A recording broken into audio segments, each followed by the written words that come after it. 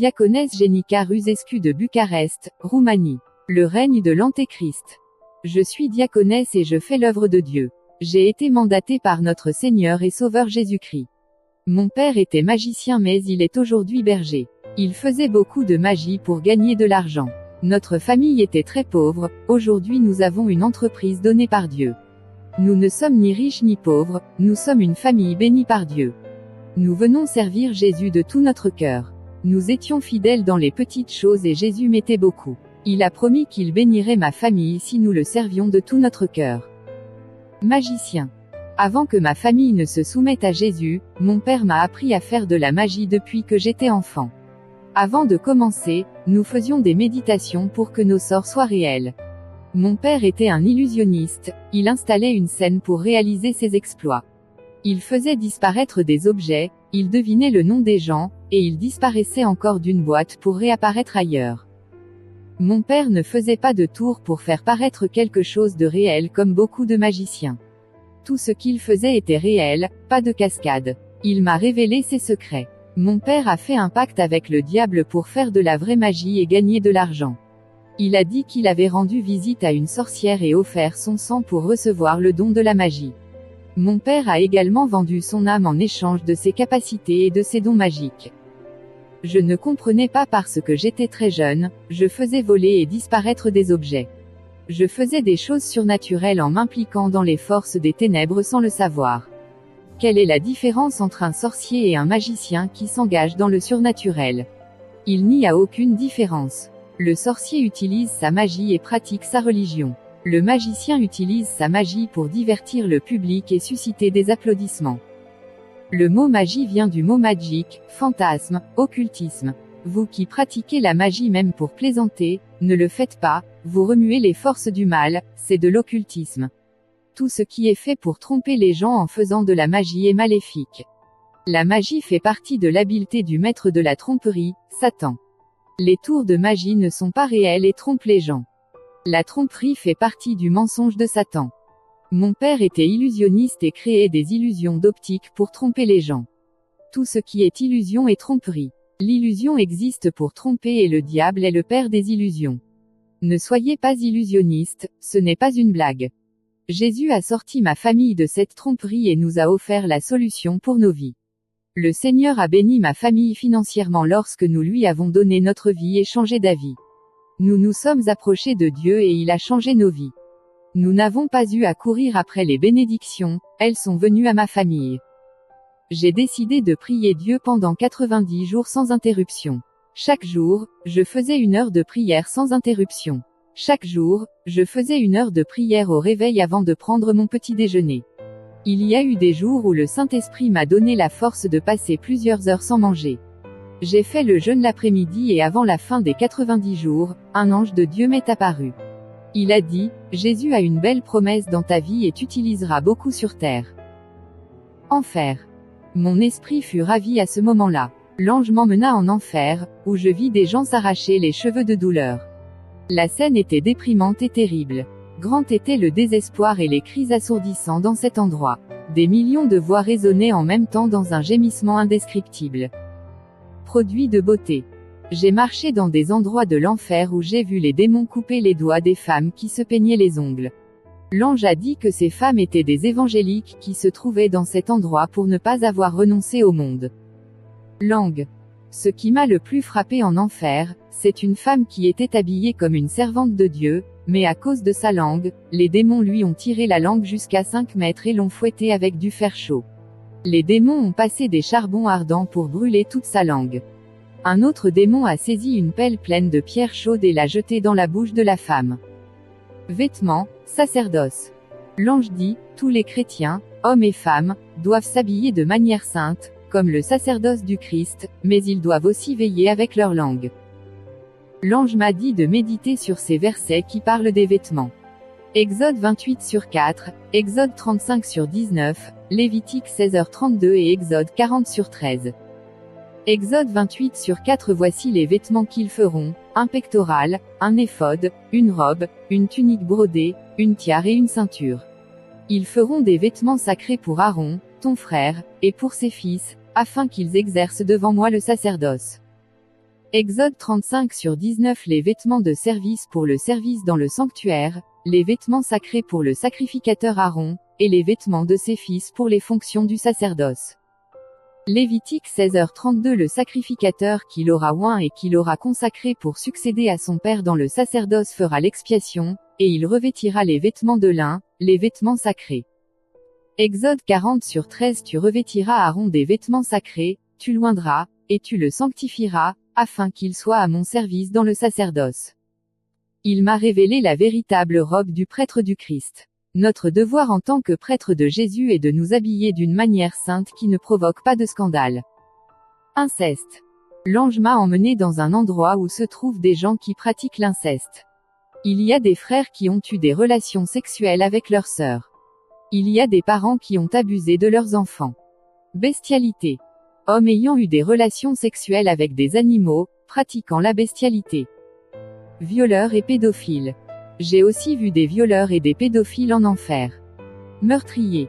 L'ange m'a emmené à la rivière de sang chaud, le lieu des meurtriers. Il y a tous les hommes sanguinaires qui ont versé tant de sang, ils sont dans la vallée des meurtriers. Tous ceux-ci sont dans une rivière de sang qui bout sans arrêt et pue, une odeur de chair pourrie à cet endroit. Pornographie. J'ai aussi vu des chrétiens qui sont en enfer parce qu'ils convoitaient les stars du porno. Ils regardaient des films érotiques et pratiquaient l'adultère dans leur cœur. Ils ont trahi leurs femmes par des désirs et des pensées immorales. Porte du paradis. J'ai accompagné l'ange jusqu'aux portes du paradis. Une file de chrétiens attendait l'ordre de l'ange qui gardait la porte. L'ange cherchait dans le livre de vie le nom de chaque frère. Certains entraient au paradis par la porte céleste, d'autres ne pouvaient pas y entrer, mourant dans le péché. Leur transgression les empêchait d'y entrer. Le paradis est un lieu pur et saint qui rejette la demeure du péché et du mal. Une femme qui faisait la queue était inquiète de sa situation. Quand son tour est venu, son nom n'était pas inscrit dans le livre. Elle avait commis 2 péchés graves dont elle ne s'est jamais repentie. Le premier péché, elle n'a jamais pardonné à son mari de l'avoir quitté pour une autre femme et d'avoir voyagé dans une autre ville. Le deuxième péché, elle avait une rancune et beaucoup de ressentiment envers sa mère qui l'avait abandonnée quand elle était enfant. L'ange la poussa dans les ténèbres extérieures. Cette femme tomba la tête la première dans le feu de l'enfer. Principauté. L'ange m'a emmené dans les airs où se trouvent des millions de démons. J'ai vu 2 principautés, de grands démons appelés Astaroth et Baal. Ces 2 démons agissent toujours en Israël, en Palestine, en Jordanie et dans toute la région du Moyen-Orient. L'ange m'a emmené au fond de l'Euphrate, jusqu'à l'abîme. Et nous arrivons à une partie de l'enfer sous ce fleuve. L'ange dit, quand ces 4 chefs seront libérés, une grande partie de la population d'Israël mourra à la guerre. L'ange m'a emmené dans une partie de l'abîme, où j'ai vu des milliers de démons emprisonnés, ils ressemblaient à des bêtes dans des cages voulant dévorer quiconque s'approche. Ces démons sont bien plus féroces que ceux qui sont en liberté. L'ange dit, ce sont les 200 millions de démons qui seront lâchés sur la terre. Et quand cela arrivera, 1/3 de la population mondiale mourra à cause des guerres, des famines et des maladies. L'ange et moi sommes sortis de l'abîme et sommes montés à la rencontre de Jésus. Nous avons flotté dans les airs. Il m'a emmené au ciel. Jésus a envoyé un ange pour apporter ma robe. L'ange a apporté ma robe de mariée, elle est blanche et resplendissante. Jésus a dit, je t'habillerai de cette robe qui est ta vie spirituelle quand tu reviendras sur terre. Serviteur, après avoir eu cette robe, ne commets pas de péché pour ne pas te salir. Antéchrist. Jésus a dit, je vais te révéler, mon serviteur, le gouvernement de l'Antéchrist. Le Seigneur m'a montré le règne de l'Antéchrist. Cet homme d'une grande influence politique et leader mondial a été présenté à l'ONU comme le chef de file de la paix. Les groupes de politiciens et les factions terroristes qui étaient contre son gouvernement ont été écrasés. Tous ses opposants ont été détruits et son empire s'est développé. Le royaume de cet homme a gagné plus de pouvoir de l'enfer lorsque le gouffre de l'abîme a été ouvert. Son règne a reçu une formation spéciale de Satan, et une légion de démons était soumise à son autorité. Les personnes marquées de son signe et les adhérents de son gouvernement étaient possédés par une classe de démons qui les poussait à persécuter les chrétiens et les juifs. Cette classe dominée par les forces des ténèbres était soumise aux dirigeants du gouvernement de l'Antéchrist. Les persécuteurs démoniaques faisaient tomber les Juifs et les chrétiens à terre, souffrants et tordus, en se mordant la langue. J'ai vu ces démons scorpions leur faire souffrir les mêmes douleurs que les âmes en enfer. La même souffrance qui existe en enfer était arrivée sur terre. Les adorateurs rebelles de la bête étaient tourmentés dans la chair. L'Antéchrist a changé la structure de son gouvernement, divisant la planète en 10 parties. 10 gouverneurs ont été mis en place, chacun pour contrôler une partie du monde qui est entre les mains de l'Antéchrist. Ces 10 gouverneurs ont affligé les nations où ils dominaient en imposant la marque de la bête sur les peuples. Ils ont forcé les gens à adorer la bête avec la peine de mort pour les rebelles. La législation du monde entier a été changée, adorer la bête faisait partie de l'article de cette loi. Les Bibles confisquées furent brûlées et détruites, tandis que le nom de l'Antéchrist était dans les médias, journaux, magazines, informations télévisées et aussi à la radio. La population a été opprimée par les 10 dirigeants. Ils ont transformé les gens en esclaves, les faisant trembler de peur et de douleur. L'un de ces 10 dirigeants est le faux prophète qui règne sur le Moyen-Orient et la terre d'Israël. L'Église de la Grande Tribulation est habillée de noir pour avoir accepté la marque. Ils ont adoré dans leurs églises. Elle est l'épouse de l'Antéchrist et le faux prophète a imité le Saint-Esprit, accomplissant ses devoirs sur terre. Le faux prophète avait tous les dons. La capitale de l'empire de l'Antéchrist était le centre de tous les maux. De cette ville est sortie toute la corruption du monde. Cette ville exerçait une grande influence sur toutes les villes et contrôlait le monde. L'Antéchrist et les puissants hommes du gouvernement y habitent avec les légions de démons qui ont été libérés de l'abîme.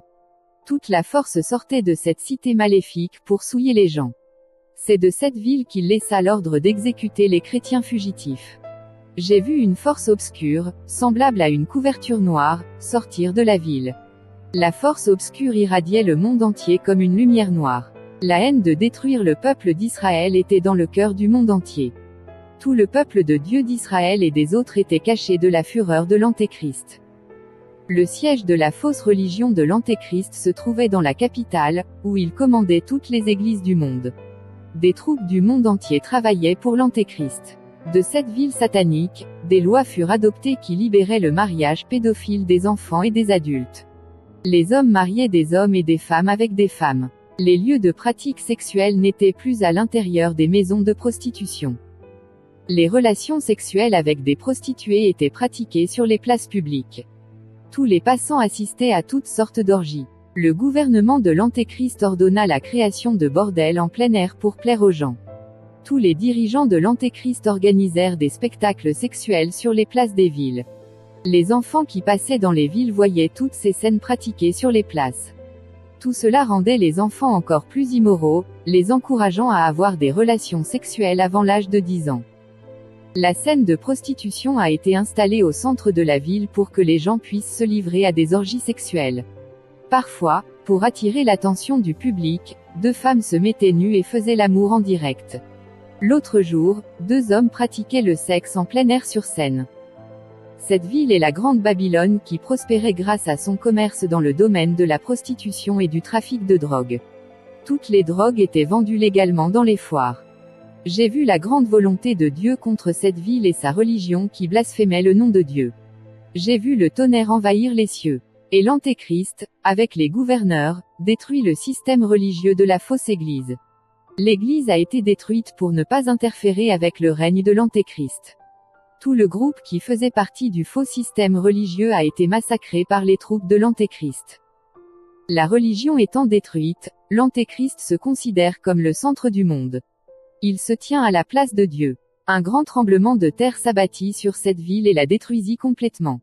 Une ville pleine de prostitution, de drogue, d'alcool, d'argent, de grandes entreprises, de commerce et de corporations fut détruite. Cette ville a versé beaucoup de sang de chrétiens. Cette ville est la fiancée du diable qui a été dévastée par le tremblement de terre. Les structures ont été ébranlées, détruisant les palais des gouverneurs et toutes leurs banques. Toutes les villes environnantes ont été réduites en cendres. Il ne restait que les décombres et l'autodestruction. Ce tremblement de terre fut le plus important à l'échelle mondiale. Il a modifié la configuration de la Terre et inversé les climats, changeant les pôles de la planète. Après cela, ma vision se dirigea vers les noces de l'agneau.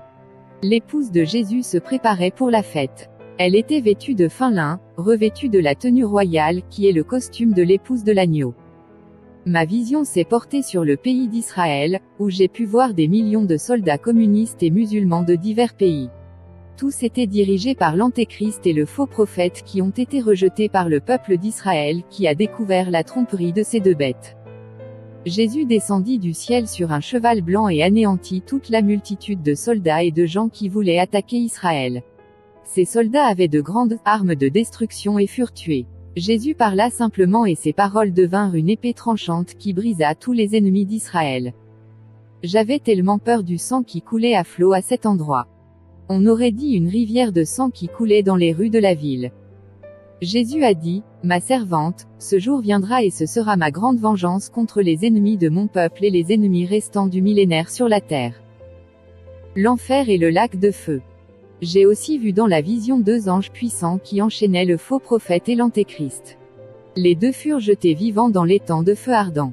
Les deux qui avaient une alliance étaient maintenant ensemble dans l'étang de feu.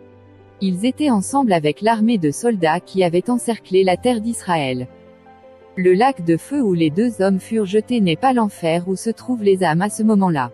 C'est une mer de feu, où je les ai vus dans la vision se noyer et boire des larves brûlantes. C'était terrible de voir ces hommes être brûlés vifs. Quelle est la différence entre l'enfer et le lac de feu? L'enfer est un lieu temporaire pour les âmes emprisonnées, pas pour le corps de chair, aucune matière physique ne peut y habiter. Le lac de feu est un lieu préparé pour les corps de chair qui ressusciteront. Le lac de feu n'est pas un lieu pour les âmes mais pour le corps, l'âme et l'esprit. Les personnes qui sont jetées dans cet endroit doivent être complètes avec leur corps, leur âme et leur esprit. J'ai vu Satan être arrêté par un ange, un puissant archange. Son identité n'a pas été révélée, mais il est fort et resplendissant. Il a emprisonné Satan dans l'abîme et l'a enchaîné. Satan était au même endroit où se trouvaient les anges rebelles. Il se tenait seul avec son corps immobile ressemblant à une statue à cause d'un sceau dessus. Jérusalem céleste. Jésus m'a conduit près de la Jérusalem céleste aux 12 portes d'or. Je ne pouvais pas entrer, mais j'ai vu la merveilleuse cité aux 12 colonnes d'or. Cette cité est inhabitable, sa largeur, sa hauteur et sa longueur sont parfaites. Elle est toute en or pur, elle ressemble à du verre brillant, à un miroir qui reflète la lumière du soleil. Mes yeux ne pouvaient supporter de regarder leur éclat, c'était comme un soleil qui ne leur permettait pas de voir ces merveilles. J'ai pleuré d'émotion en voyant ce qui était réservé à l'Église. Elle est ornée de pierres précieuses diverses. Dans Apocalypse chapitre 21h18-21, Dieu montre à Jean la nouvelle Jérusalem. Après avoir décrit les dimensions de la ville sainte, Jean nous parle des pierres précieuses qui ornent les fondations de la muraille. 18 La construction de sa muraille était de jaspe, et la ville était d'or pur, semblable à du verre pur. 19 Les fondements de la muraille de la ville étaient ornés de toutes sortes de pierres précieuses. Le premier fondement était de jaspe, le deuxième, de saphir, le troisième, de chalcédoine, le quatrième, d'émeraude. 20 Le cinquième, une sardoine, le sixième, une sardoine, le septième, une chrysolite, le huitième, un béryl, le neuvième, une topaze, le dixième, un chrysoprase, le onzième, une hyacinthe, le douzième, une améthyste. 21 Les 12 portes étaient 12 perles, chacune d'elles étant faite d'une seule perle. La place de la ville était d'or pur, comme du verre transparent. LSG. Tout est construit avec des matériaux nobles et purs, et avec une certaine royauté. Cette ville est habitée par une grande royauté, attendant la venue de la reine. Cela vaut la peine de renoncer au monde pour y vivre. Toutes les richesses, les biens matériels, l'argent, les voitures et la technologie ne sont que des débris à proximité de cette ville. Les bâtiments de la terre ne sont que des débris à proximité de la Jérusalem céleste. Après avoir eu cette vision, je suis prêt à mourir pour la cause de l'Évangile s'il le faut. Les gens de mon église m'appelaient « vieux et carré ».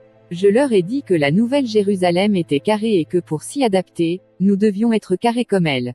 Il n'y a pas de place pour les croyants ronds qui n'ont pas la forme géométrique de cette ville. La gorge de l'enfer est ronde et géométriquement circulaire. Je suis descendu dans la gorge de l'enfer et j'ai vu à quoi ressemblait sa structure. La nouvelle Jérusalem céleste qui ne fait pas partie de ce monde, n'a pas perdu son éclat. Le soleil n'a pas illuminé la ville. Il y a une lumière plus forte que le soleil qui a brillé sur la ville. Elle sort d'un homme en robe blanche et couronne, Jésus lui-même est la lumière là-bas. La lumière de Jésus se reflétant sur les pierres précieuses de cette ville la fit briller et rayonner. C'est dans cette ville que nous entrerons par les portes et créerons avec Jésus. Là, nous serons présentés à notre Père et nous verrons le visage de Dieu que jusqu'à présent aucun homme n'a eu ce privilège. Le Seigneur Jésus nous a conduits à Dieu lorsqu'il est mort sur la croix du Calvaire pour nous. Cela sera vrai lorsque nous nous rapprocherons du Père et que nous serons héritiers avec le Fils. L'épouse s'assiera sur le trône à côté de son époux. Le Saint-Esprit a joué le rôle de conduire les âmes à Jésus. C'est par la repentance du péché que nous avons obéi et qui a attiré le Saint-Esprit dans nos vies. Il a conduit les brebis sur le bon chemin et a également donné l'esprit de leadership à certains bergers pour les conduire sur le chemin du salut. Comme Dieu a conduit le peuple d'Israël à travers le désert jusqu'à son arrivée à Canaan, le Saint-Esprit conduira les fidèles à la vie éternelle.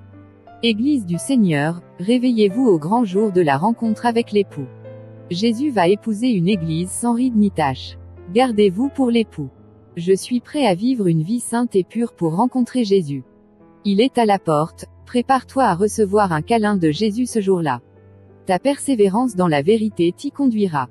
Église bien-aimée de Jésus, préparez-vous. J'ai eu une autre vision, non pas pendant l'enlèvement, mais à la maison, en train de prier.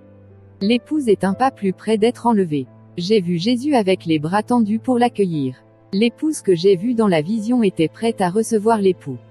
Ses vêtements étaient si blancs et resplendissants, ils étaient si légers. C'est la véritable Église, pas celle qui a été souillée par le péché et vendue au monde. J'ai aussi vu une alliance de mariage en vision, Jésus approuvant la mariée pure. L'alliance de réparation et de fidélité de la mariée envers son mari. La mariée gagnera la bataille contre le péché, en résistant à l'ennemi en restant vierge et pure pour Jésus. La mariée flotta jusqu'au bras de Jésus et s'assit comme la reine à côté de Jésus. Gloire à Dieu, elle a vaincu et est maintenant libérée de toutes les tentations du malin. Grâce à Dieu pour cette révélation au nom du Père, du Fils et du Saint-Esprit. Amen.